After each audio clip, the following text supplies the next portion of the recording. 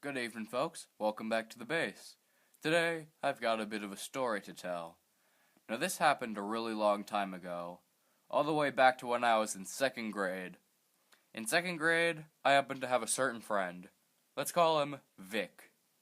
Now, Vic and I had created a small gang of sorts that included us two and a few other guys. Now, at my elementary school, there were a good multitude of kids who were a bit, misbehaved. It might be worth mentioning, our school is in the middle of the hood.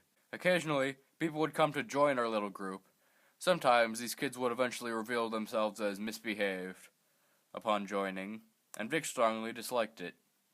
In fact, he hated it so much that he'd created a system of who to trust and who not to trust. Basically, he got a ton of construction paper and markers, and described it like this. Whenever we see something bad, we write their name down in one of those papers and say they have 1 strike. If they do it again, 2 strikes. And of course, for a third time, we can no longer trust them. 3 strikes, you're out. This went normally for the next few weeks until one guy in our mob had a recommendation. If someone does something bad directly to us, that's an automatic 3 strikes. We all agreed on it, and the rule was put into effect. One guy punched Vic, no more trust. Another guy gets in a fight with one of our droogs, 3 strikes. Now eventually, another guy got in a fight with me. The fight ended with the teachers separating us, and it ended with me getting a pretty damn long timeout.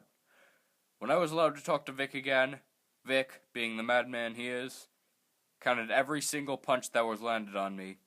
17 hits, which by our rule means the fighter had broken 51 strikes.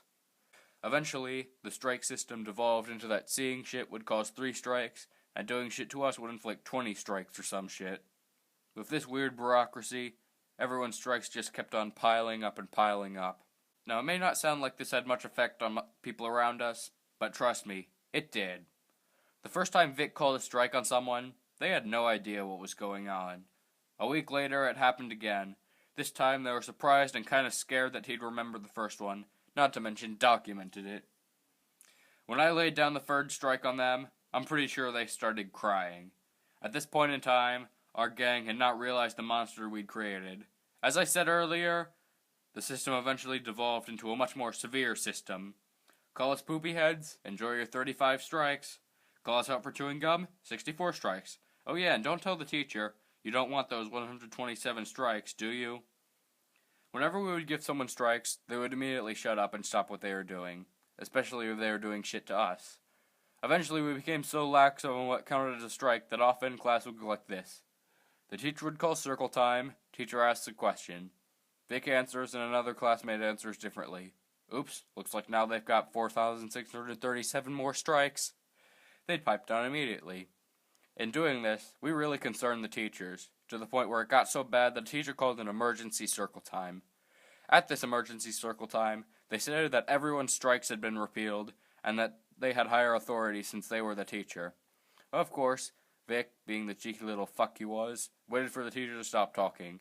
After that, he announced that for insulting our entire clique, everyone now has 10,000 strikes, and that our teacher has 1,000,000 strikes for calling us out. At this point, the teacher just couldn't figure out what to do from that point. Only looking back on this do I realize the gravity of this situation. With these strikes, Vic and I had created a state of looming fear and anxiety in the classroom and at recess. People feared those strikes. There's no messing with Vic and his comrades. The most ironic thing about this whole fiasco is that when the strike penalties went into the thousands, most people, including us, totally forgot what a simple 3 strikes meant. Just a year out and not welcome into the club. So now I can look back on this. If someone ever asked me what I did in second grade, I can now say, my friends and I created an Orwellian hellscape over the classroom. That's a pretty big achievement, huh?